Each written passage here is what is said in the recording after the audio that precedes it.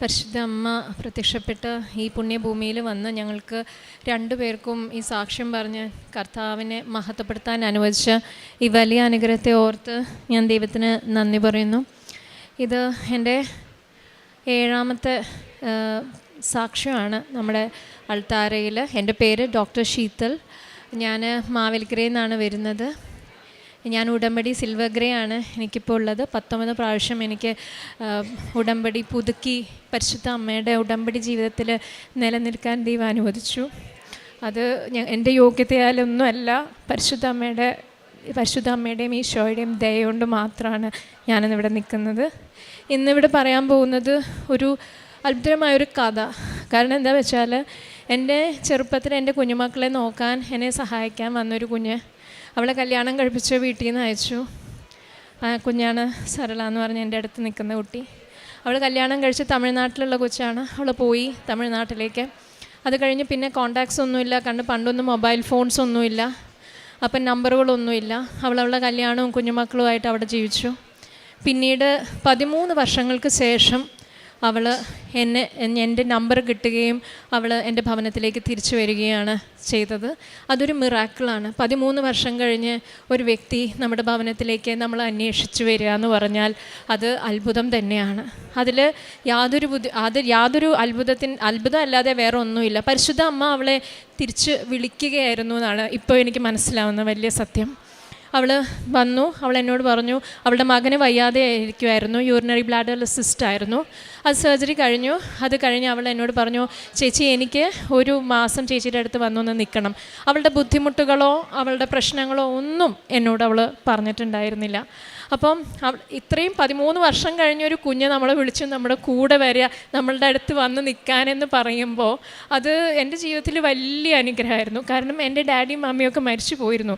മമ്മിയുടെ ഒപ്പമായിരുന്നു അതിനുശേഷം അവൾ നിന്നിരുന്നത്. അമ്മ മരിച്ചു പോയപ്പോഴും അവൾക്ക് അറിഞ്ഞുകൂടായിരുന്നു, ബിക്കോസ് ഇൻഫർമേഷൻസ് ഒന്നുമില്ല, ന്യൂസ് അവിടെ അവർക്ക് എത്തിപ്പെടാനോ അറിയാനോ ഒന്നും ഒരു വഴിയില്ല.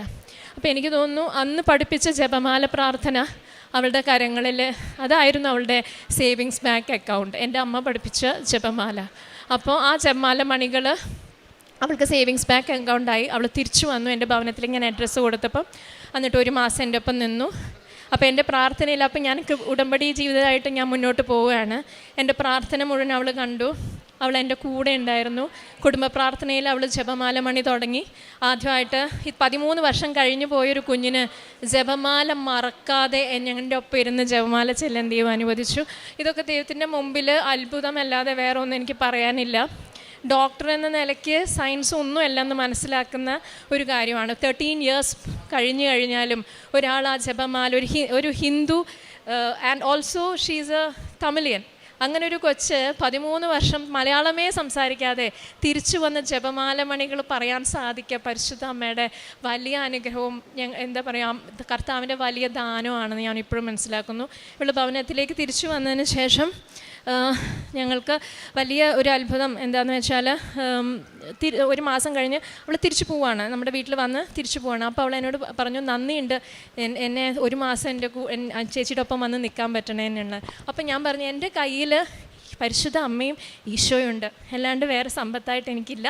എൻ്റെ പരിശുദ്ധ അമ്മയും ഈശോയും ഞാൻ നിനക്ക് നൽകുന്നു എന്ന് പറഞ്ഞിട്ട് ഞാൻ അവൾക്ക് 4 ലോക്കറ്റ്, അവൾക്ക് വീടുണ്ട് എന്നാണ് എന്നോട് പറഞ്ഞിരിക്കുന്നത്. അപ്പം 4 കോണുകളിലും വീടിൻ്റെ വെക്കാനായിട്ട് 4 ലോക്കറ്റ്, നിൻ്റെയും നിൻ്റെ കുഞ്ഞുങ്ങളെയും സംരക്ഷിക്കാൻ പരിശുദ്ധ അമ്മയുടെ കൃപാസനം പ്രസാദപര മാതാവിൻ്റെ ലോക്കറ്റ് 4 എണ്ണം കൊടുക്കുന്നു.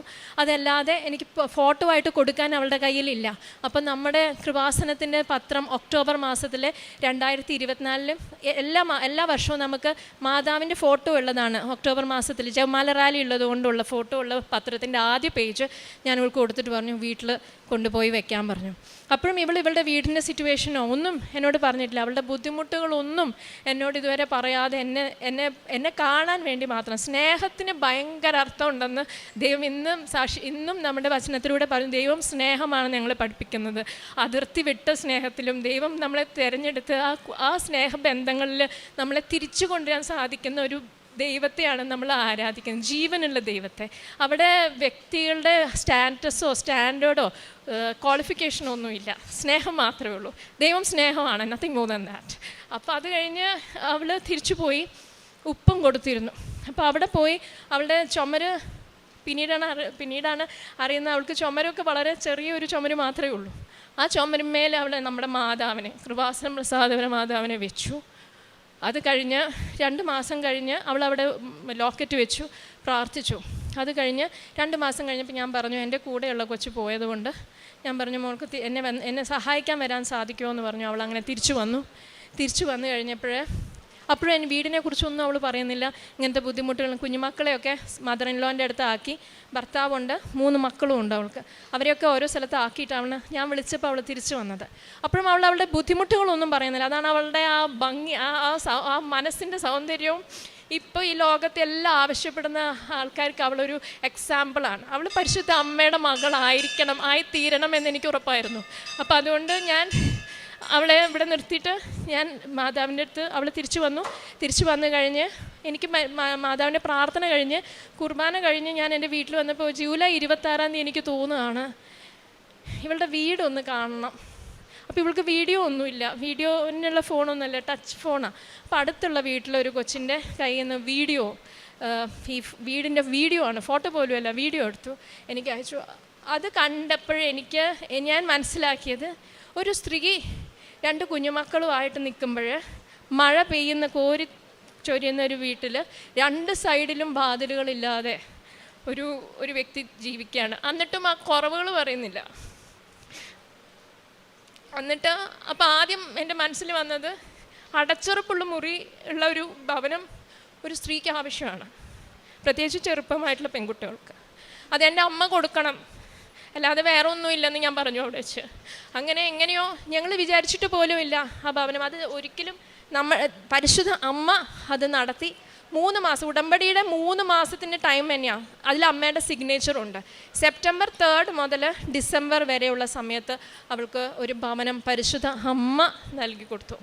ഇത് ദൈവത്തിൻ്റെ ഒരു വലിയ ദാനമാണ്. അത് ബാക്കി അവൾ അതിൻ്റെ കാര്യങ്ങളായിട്ട് പറയും. പക്ഷേ ഇപ്പോൾ എന്താണെന്ന് വെച്ചാൽ ആ ഭവനത്തിൽ അവൾ പാല് കാച്ചാൻ പോവുകയാണ് പൊങ്കലിനെ. ഇപ്പോൾ പോകുമ്പോൾ തിരിച്ചു വരില്ല, അത് അമ്മരാൻ്റെ കരങ്ങളിലാണ് വരുന്ന കാര്യമൊക്കെ. കുഞ്ഞുമക്കളൊക്കെ ഉണ്ട്. പക്ഷേ ഒരു കാര്യമുണ്ട്, പൊങ്കലിന് പോണേങ്കാട്ടി മുമ്പ് എൻ്റെ അമ്മയുടെ അടുത്ത് വന്ന് സാക്ഷ്യം പറഞ്ഞിട്ടേ അവൾ പോവുള്ളൂ എന്ന് പറഞ്ഞു. അപ്പോൾ ഇന്ന് അവളിവിടെ ഉടമ്പടി എടുത്തിട്ടുണ്ട്. പക്ഷേ പരിശുദ്ധ അമ്മയുടെ സ്നേഹത്തിലും ഈശോയെ മഹത്വപ്പെടുത്താനും ദൈവം ഇവിടെ തിരഞ്ഞെടുത്ത ഈ നിമിഷത്തെ ഓർത്ത് ദൈവത്തിന് നന്ദി പറയുന്നു. അവളുടെ കുഞ്ഞുമക്കളിൽ ഒരാൾ ഇപ്പോൾ പറയുന്നത് മാതാവിൻ്റെ ഉപ്പ് വേണമെന്നാണ്. അതുപോലെ തന്നെ അവൻ തന്നെ അവിടുത്തെ എല്ലാവരുടെ അടുത്തും പറയാം മാതാവിൻ്റെ ഉപ്പ്. അവിടെ മേരിയമ്മ എന്നാണ് പറയുന്നത്. മേരിയമ്മയുടെ ഉപ്പുണ്ടെങ്കിൽ നമുക്ക് എല്ലാ അസുഖങ്ങളും മാറും, നമുക്ക് വീട് കിട്ടും. അപ്പോൾ തൊട്ടടുത്തുള്ള ആൾക്കാരൊക്കെ ഇപ്പം മേരിയമ്മയുടെ ഉപ്പാണ് അവിടെ ചോദിച്ചു വാങ്ങുന്നത്. കാരണം എന്താണെന്ന് വെച്ചാൽ കൃപാസനത്തിലെ മാതാവ് ഒരു ചെറിയ ഒരു വില്ലേജിലോട്ട് പോയിട്ട് അവിടെ നടത്തിയ അത്ഭുതമാണിത് പറയുന്നത്. വേറെ ഒന്നുമല്ല, പരിശുദ്ധ അമ്മയ്ക്ക് ദർ ആർ നോ ബൗണ്ടറീസ് ഇല്ല. ദേശം താണ്ടി ഓരോ ചെറിയ വില്ലേജസിലേക്കും എത്തിപ്പെട്ട് അവരുടെ വിശ്വാസത്തെ കാത്തു സംരക്ഷിക്കുന്ന യേശുവിനെ എത്തിക്കുന്ന ഒരു വലിയ ദൗത്യം ഈ കുഞ്ഞിനെ ഏൽപ്പിക്കപ്പെട്ടിരിക്കുന്നു. അപ്പോൾ ഇപ്പോൾ അവൾ ഉടമ്പടി എടുത്തിട്ടുണ്ട്. പരിശുദ്ധ അമ്മയെ ഈശോയും അവിടെ എത്തിക്കുവാൻ അവളും ഇനി അതിൽ ഇറങ്ങി പ്രവർത്തിക്കുമെന്ന് ഞാൻ പ്രാർത്ഥിക്കുന്നു. അതിനുവേണ്ടി അവളെ ശക്തീകരിക്കാൻ ദൈവത്തിനോട് പ്രാർത്ഥിക്കുന്നു. പിന്നെ രണ്ടാമത്തെ ഒരു കാര്യം പരിശുദ്ധ അമ്മയുടെ പ്രസൻസാണ്. പലതവണ ഇവിടെ എനിക്ക് വന്ന് സാക്ഷ്യം പറയാൻ സാധിച്ചിട്ടുണ്ട്. അതിൽ ഇപ്രാവശ്യം ഞാൻ നവംബറിൽ സൗദിയിൽ പോയേക്കായിരുന്നു, ഹസ്ബൻഡ് അവിടെയാണ്. അപ്പം കഴിഞ്ഞ പ്രാവശ്യം സെപ്റ്റംബർ 8 2025 റെയിൻബോ കണ്ടത്. പിന്നെ ഞാൻ കണ്ടിട്ടില്ല. അപ്പോൾ ഞാൻ മാതാവിനോട് പറഞ്ഞു, അമ്മ എൻ്റെ ബർത്ത്ഡേ ആണ് നവംബർ 13 എനിക്ക് അമ്മയുടെ പ്രസൻസ് എനിക്ക് ഫീൽ ചെയ്യണം. കുറേ നാളെ എൻ്റെ അമ്മേനെ എനിക്ക് മഴവില്ലായിട്ട് എൻ്റെ അമ്മേൻ്റെ അടുത്ത് വരണം എന്ന് പറഞ്ഞു. മരുഭൂമിയിൽ എങ്ങനെയാണ് മഴവില്ല് വരുന്നത്? മരുഭൂമിയിൽ മഴവില്ല് വരാൻ സാധിക്കില്ലല്ലോ. അപ്പം ഞാനിവിടെ ഞാൻ സാക്ഷ്യങ്ങൾ കേട്ടിരുന്നു. സിന്ധുവിൻ്റെയും മക്കളുടെയും സാക്ഷ്യത്തിൽ ആ കുട്ടിയും കുവൈറ്റിലാണ് ഉള്ളത്. അപ്പോൾ ആ കുട്ടിക്കും ഈ മാതാവിൻ്റെ സാന്നിധ്യം റിഫ്ലക്ഷൻ ഓഫ് റെയിൻബോ പോലെ വരുമായിരുന്നു. മരുഭൂമിയിൽ നമുക്ക് മഴവില്ല് പോലെ വരാനുള്ള വെള്ളമില്ലല്ലോ. അപ്പോൾ റിഫ്ലക്ഷൻ ഓഫ് റെയിൻബോ പോലെ വന്നിരുന്നു. ഒരു ദിവസം ഞാനും ഹസ്ബൻഡും ഞങ്ങൾ അൽഹസ എന്ന് പറഞ്ഞ സ്ഥലത്താണ് താമസിക്കുന്നത്. അപ്പോൾ അവിടെ ചെന്ന് നമുക്ക് ആ വ്യത്യാസം അനുഭവിക്കാൻ അറിയാം. പ്രാർത്ഥനയിലും ഉടമ്പടിയിലും ജീവിക്കുന്ന ഒരു വ്യക്തിക്ക് വിശുദ്ധ കുർബാന സൗദിയിലില്ല, പക്ഷേ എന്നും ഞാൻ ഓൺലൈനിലേ കാണാൻ പറ്റുള്ളൂ. അതേ ഉള്ളൂ അവിടെ ഒരു ഓപ്ഷൻ. അപ്പോൾ എന്നും കുർബാന ഓൺലൈനിൽ കണ്ട് ഞാൻ എൻ്റെ ഉടമ്പടി ജീവിതം തന്നെ അങ്ങനെ തന്നെ മുന്നോട്ട് പോകും. കാരണം എന്തുണ്ടെങ്കിലും ഞാൻ പരിശുദ്ധ അമ്മ ഈശോയെ എത്തിക്കാനുള്ള ആ ഒരു മിഷൻ ഏറ്റെടുത്തൊരു വ്യക്തിയാണ്. അത് എനിക്ക് പറ്റുന്നത്ര ആത്മാർത്ഥയോടെ ചെയ്യാൻ ദൈവം എന്നെ അനുവദിക്കണേ. ഇനിയും എനിക്ക് അമ്മയുടെ മിഷൻ പ്രവർത്തനത്തിൽ പ്രവർത്തിക്കാൻ എനിക്ക് അനുഗ്രഹവും ഭാഗ്യവും നൽകണമേ എന്ന് പ്രാർത്ഥിക്കുന്നു. അങ്ങനെ ഞാനൊരു ദിവസം പുറത്തേക്ക് പോയപ്പം എനിക്ക് അവിടെ സൗദിയിൽ ഞാൻ ഫോട്ടോ എടുത്ത് കഴിഞ്ഞ് ഞാൻ നോക്കുമ്പോൾ എനിക്കിങ്ങനെ മഴവില്ലിൻ്റെ പ്രസൻസാണ് അവിടെ, റിഫ്ലക്ഷൻ ഓഫ് റെയിൻബോ. അപ്പോൾ അമ്മയ്ക്ക് എന്ത് സാധിക്കും? അമ്മ എവിടെയുണ്ട്? ഉടമ്പടി എടുത്ത എല്ലാ മക്കളുടെ കൂടെയും മരുഭൂമിയിലായാലും ഈ ഭൂമിയിലെ ഏത് അതിർത്തിയിലാണെങ്കിലും അമ്മയ്ക്ക് എത്തിപ്പെടാൻ സാധിക്കും.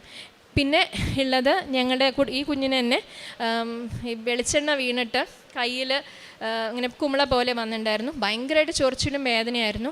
മാതാവിൻ്റെ തൈലം വിശ്വാസ പ്രമാണം ചൊല്ലി ഉപ്പായിട്ട് ഞാൻ അതിൻ്റെ മുകളിൽ പ്രാർത്ഥിച്ച് മാതാവിൻ്റെ ഫോട്ടോൻ്റെ മുമ്പിൽ വെച്ച് ഞങ്ങൾ സന്ധ്യാപ്രാർത്ഥന കഴിഞ്ഞ് ഇട്ട് കഴിഞ്ഞ് ഉപ്പ് ഇട്ട് കഴിഞ്ഞാൽ നമ്മൾ പൊള്ളുന്ന അനുഭവമാണ്, അല്ലെങ്കിൽ എരിയുന്ന അനുഭവമാണ്.